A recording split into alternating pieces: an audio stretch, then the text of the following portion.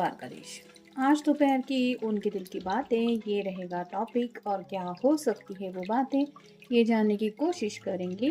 हम टैरो में से 8 कार्ड लेके और ओरेकल में से भी लेंगे 8 मैसेजेस। तो शुरुआत करेंगे कार्ड शफल करके। जनरल रीडिंग है, तो अगर आपको लगता है कि आपकी सिचुएशन के साथ कुछ कार्ड रेजोनेट हो रहे हैं तो डेफिनेटली ये रीडिंग आपके के लिए है।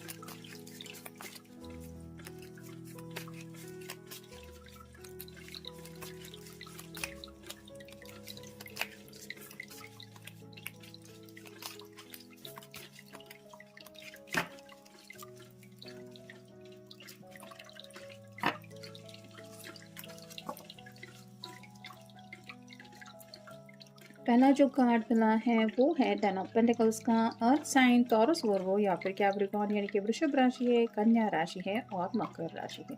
ये पर्सन कंप्लीट फैमिली पिक्चर चाहते हैं, जहाँ पे एक कपल है, घर के बुजुर्ग भी है, बच्चे भी है, पेट्स भी है और प्यारा सा खूबसूरत सा घर है। तो कहीं ना कहीं शादी ब्याह को लेके काफ़ी ज़्यादा सीरियसली बातें इनके दिलो दिमाग में चल रही है, या इमेजिनेशन में ये सोच रहे हैं कि जब आप सब लोग मिलके उस फैमिली पिक्चर में ऐड हो जाएंगे तो वो तस्वीर कितनी प्यारी लगेगी।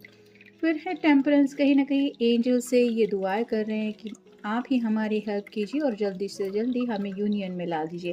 जैसे इस दोनों कप को साथ मिलाने का काम यहाँ पे एंजल कर रहे हैं, वैसे ही आपके पर्सन जो है वो एंजल को मनाने की कोशिश कर रहे हैं आप दोनों के एक हो जाने के लिए, यानी कि दिल ही दिल में मैनिफेस्टेशन चल रहा है, ये भी आप कह सकते हैं। फिर है स्ट्रेंथ, लियो का कार्ड है, यानी कि सिंह राशि आपकी या उनकी राशि हो सकती है। अपोजिट अट्रैक्ट्स, लेकिन आपके प्यार की वजह से इस पर्सन के अंदर कंप्लीट बदलाव हो चुके हैं। यहाँ पे भी इन्फिनिटी सिंबल है जो रिप्रेजेंट करता है ट्विन फ्लेम कनेक्शन को।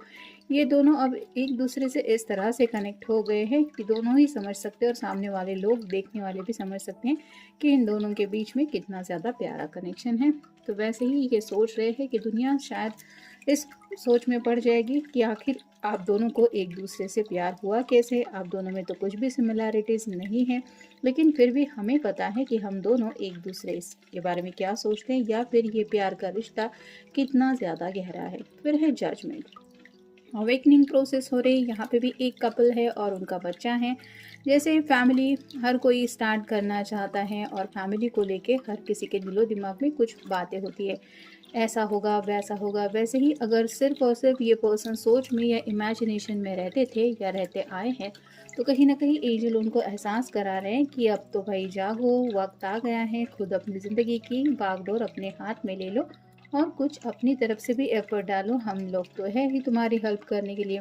फिर है 7 of rods, fire sign Aries, Leo या फिर सैजिटेरियस, यानी कि मेष राशि है, सिंह राशि है और धनु राशि है। यहाँ पे सामने तो रुकावटें हैं, लेकिन ये पर्सन कोशिश कर रहा है उन रुकावटों को फेस करने की। वैसे ही आपके पर्सन शायद अब अवेकनिंग होने की वजह से सोच रहे हैं कि मुसीबतें चाहे कितनी भी क्यों ना हो, हर किसी से मदद मांगने से वो लोग हमारी मदद के लिए तैयार होते ही हैं, कि हमें मदद मिलती है ऐसा नहीं, हमें खुद अपने प्रॉब्लम से डील करना पड़ता है। तो अगर आपकी तरफ या फिर इस सपने की तरफ, यानी कि 10 ऑफ पेंटिकल की एनर्जी तक पहुंचने के लिए अगर कुछ दिक्कतें आ रही हैं, तो इन्हें वो जो भी ऑब्स्टेकल है, जो भी रुकावटें हैं, उनका खुद ही सामना करना पड़ेगा। जब तक वो अपनी तरफ से पूरी कोशिश नहीं करेंगे, अपना बेस्ट नहीं देंगे, तब तक वो नेक्स्ट स्टेप तक नहीं पहुंच जाएंगे। ये कहीं ना कहीं अब वो समझ रहे हैं।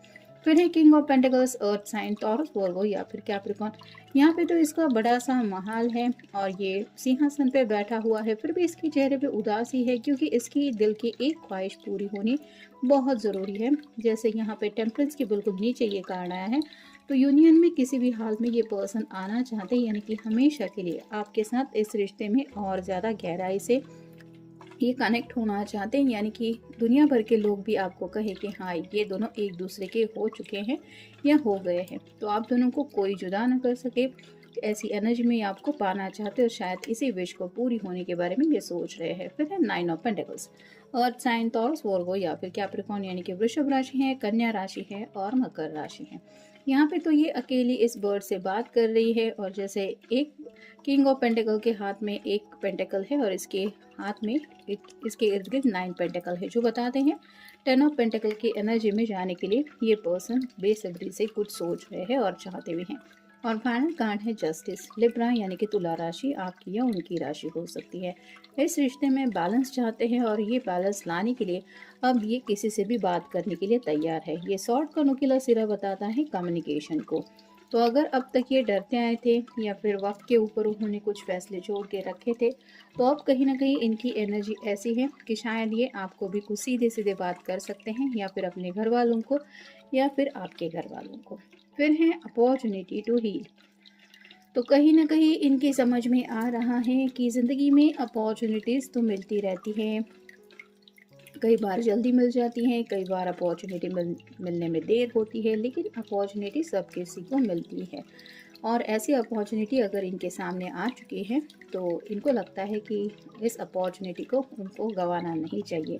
यानी कि अगर कुछ गिले शिकवे हो गए हैं, कुछ मिसअंडरस्टैंडिंग हो गई है, किसी किसी के बीच में हो सकता है कुछ ब्रेकअप वगैरह भी हुआ है, तो ये पर्सन चाहते हैं दोबारा उस रिश्ते को हील करना। यानी कि आपके भी दिल को इन्होंने अगर जाने अनजाने ठेस पहुंचाई है, तो ये ज़रिया ढूंढ रहे हैं आप तक रीच आउट होने का, और आपको ये एहसास दिलाने का कि वो सच में ऐसा नहीं चाहते थे या नहीं बोल सकते थे, लेकिन वो बातों में हो गया। तो वो आपको ये एहसास शायद दिलाना चाहते कि उनको भी उस बात का गिल्टी फील हो रहा है या पछतावा है। फिर है फीलिंग हेल्पलेस। कुछ लोग शायद माफ़ी मांगना चाहते, मोस्टली यहाँ पे नो कांटेक्ट में ऐड हुए लोग हो सकते हैं, या फिर जिनका ऑलरेडी ब्रेकअप हो चुका है या काफ़ी वक्त से सेपरेशन है।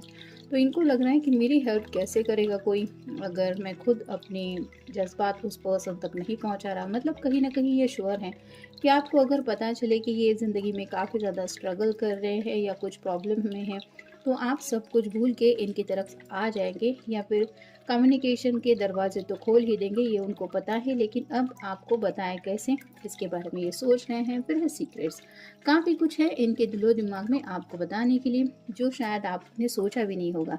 ऐसी बातें हैं जो वो आपको बोलना चाहते हैं। फिर है कैरिंग बैगेज। उन्हीं जज्बातों का इनके दिलो दिमाग पे एक बोझ सा है, और कई बार ऐसा भी हो सकता है कि ब्रेकअप के बाद शायद इस पर्सन ने रियलाइज़ किया कि हे भगवान, मैंने तो काफ़ी ज़्यादा गलती कर दी, मुझे माफ़ी मांगनी चाहिए या उस पर्सन से दोबारा कनेक्ट होना चाहिए। लेकिन जैसे हम कहते हैं कि फियर फैक्टर होता है, इंसान का मन उसको कुछ बोलता रहता है, दिमाग कुछ बोलता रहता है, और लोग भी इर्द गिर्द के जो होते हैं वो अलग अलग ओपिनियन देते हैं।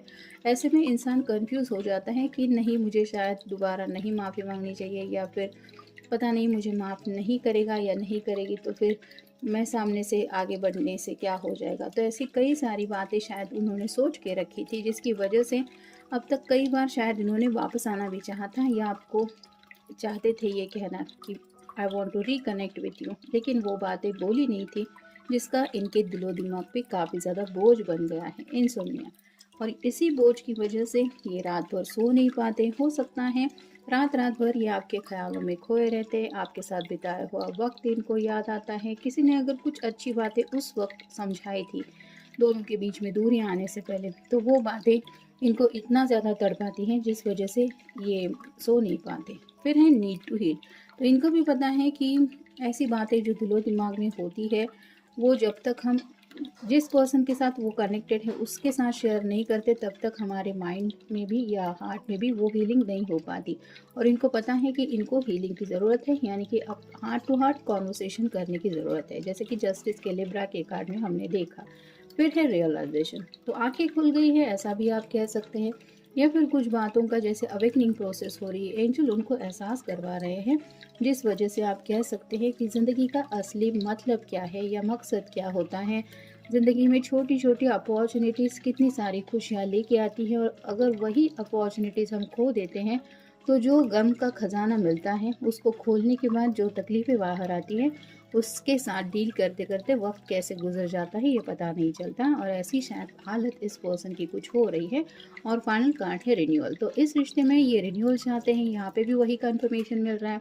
जो लोग सेपरेशन में हैं, नो कांटेक्ट में हैं या फिर ब्रेकअप ऑलरेडी हो चुका है, ये पर्सन दोबारा उस रिश्ते को एक चांस देना चाहते, यानी कि एक नई शुरुआत करना चाहते। तो ये था आज का रीडिंग, मिलेंगे नेक्स्ट रीडिंग में।